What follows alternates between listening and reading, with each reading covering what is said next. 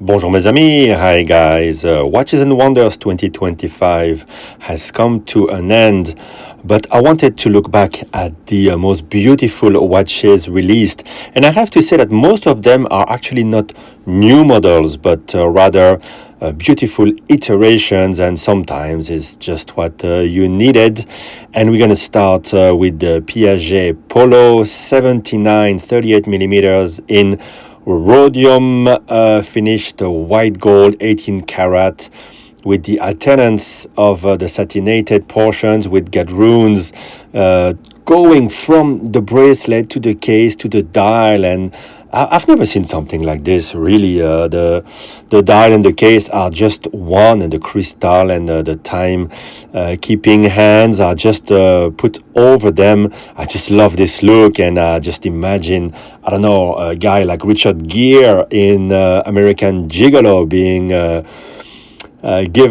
gifted one of these by one of his clients. I commented on Instagram that I would redo my whole wardrobe just to wear a watch like that. I think it's gorgeous, and it's under 100,000 US dollar, which is peanuts these days. Now, this year, rose gold was a strong part of all the collections, and tone on tone, brown dials on rose gold is also quite trendy. And wow, the Odysseus in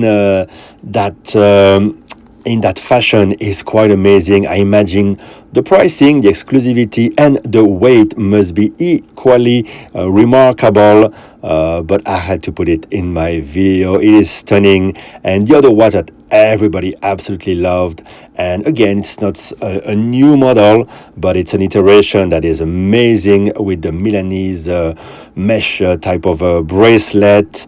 It's the Gégère Lecoultre tribute monoface in rose gold. I think many people won't hesitate dropping the 41,000 US dollar for this one. Gégère Lecoultre, came out strong with a few beautiful reversals this year. Now, Parmigiani has a very strong showing. The platinum version with a green skeleton dial is quite gorgeous for the Tonda PF. I'm not a big fan of skeletonization, but here the curvaceous bridges are really enthralling.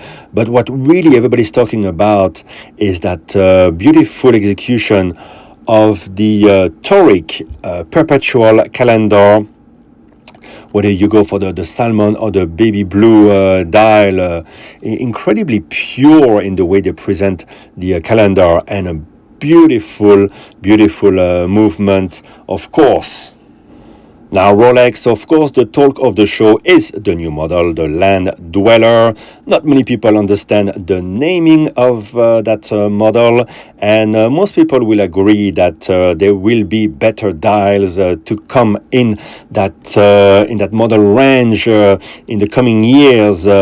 But mostly Rolex was adding new dials to their collections. I quite like the Tiffany dial on the yellow gold Oyster Flex Daytona. Personally, it will be quite stunning, as well. The green dial on the yellow gold Sky Dweller. So they're really putting the special dials on the very, very expensive top-end models, hoping to drum up the interest as these type of watches might linger at the authorized dealers. So bringing in a hot dial, that's going to bring in maybe the customers in. But to me, the big news is the redial of the famous John Mayer, as it's been known, the green dial, yellow gold Daytona. Some people prefer the what has been called the John Mayer, but I think that this new version, this sort of panda with the subdials in a yellow gold shade, is more beautiful. And wow, if I could afford that one, if I could have access to it, I'd love to have one of these. Now, so far, I've only covered very expensive watches, but everybody has agreed, I believe, at the fair that the Nomos Club Sport World Timer is an absolute delight. It is slim. It's a new version of their World Timer. It's a new caliber for them, and the various colors of the limited edition are really all stunning. Difficult to choose one, but two of the regular colors will remain in the catalog. Now, Patek Philippe, everybody was stunned by the 6196P Platinum, very simple Calatrava. It goes to show that when you do simple with a perfect finishing, and their recently released beautiful movement as well that we saw before in the Calatrava, then it works. And this one is an absolute work of art, nothing to complain. And although it's a salmon, I think it's one color that people might love or hate. I think this one, everybody will agree that the balance is perfect. And the 6159G also caught my attention.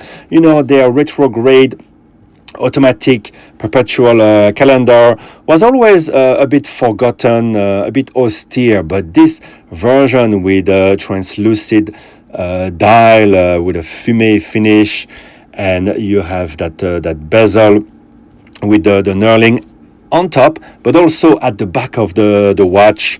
I think this one is an absolute stunner, almost a sleeper. Very few people talk about this watch, but this is going to be this is what the model needed, what the complication required, and I find this one beautiful. It's a one and done, and very wearable size as well. Now, finally, the 24 that nobody ever talks about gets a lot of attention, also getting a perpetual calendar complication, micro rotor movement, and wow, both men and women are looking at this with a lot of envy. Both dials, the white-ish dial with a sort of textile texture, and the green dial are beautiful. The price point is very, very high, quite eye-watering, like everything in the Patek collection. But I have to say, for the first time, I'm looking at the 24 with a lot of attention. Now, 5328G, something for the younger generation of Patek Philippe collector. Quite interesting. 8 days power reserve, manual wind. Beautiful knurling there on the side, the hobnail finish. I like the very angular lugs as well. I would say that the bottom half of the dial is a bit cramped. I'm not sure if it is really well executed, and there's a lot of emptiness on the right side and the left side of the dial. But it is still quite a beautiful watch with that texture, reminding people of the old cameras. And it's very much a pilot type of look, look that we find also in this new execution of the true pilot Calatrava with the travel time function. Now the blue dial has gone. We have a cream version. Also, very fresh, very new, and it's good. I think they do a lot of different things for different publics, and it's important. It brings different people to the brand. So even if it's not your favorite, I think you have to give it to Thierry Stone, that he's offering a lot of things. Likewise, the sort of unisex annual calendar that was previously released in steel comes now in a rose gold and a beautiful shade, again with that dial with a textile sort of granularity to it, and it's an automatic watch, very practical daily watch, as practical as a precious metal watch can be. Again, very beautiful with a different font again for the numerals, and different font again, Breguet style here for the rose gold. Again, rose gold with a brownish dial that we've seen a lot in the collection. It's funny how everything is copied across the industry in Switzerland. But yes, split second manual wind chronograph. What is there to say? This is a Patek at its very best. And this one is beautiful iteration. The case on the side and the lugs is also very enthralling. Fairly big watch, a bit thicker because the split-second chronographs tend to be that way. And for the first time, I think everybody wants to talk also about a desk clock, ultra complicated, extremely expensive for the captains of industries. This machine that you can put on your desk is just another level of complication, of beauty. 31 days of power reserve, weekly calendar complication.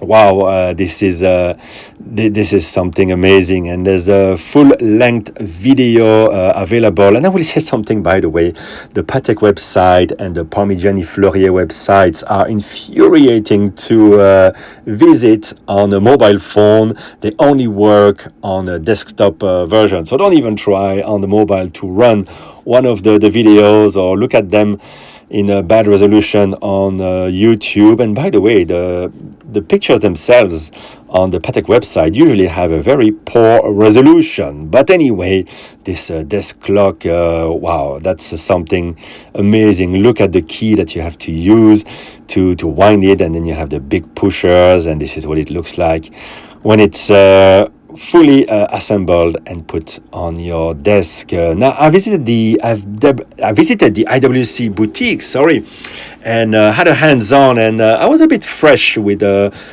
seeing all the releases. I thought it was a bit too much, but in the end I realized there's something for everybody, every wrist size. My wrist a bit too small for the 42mm ceramic, but that's my pick of the lot.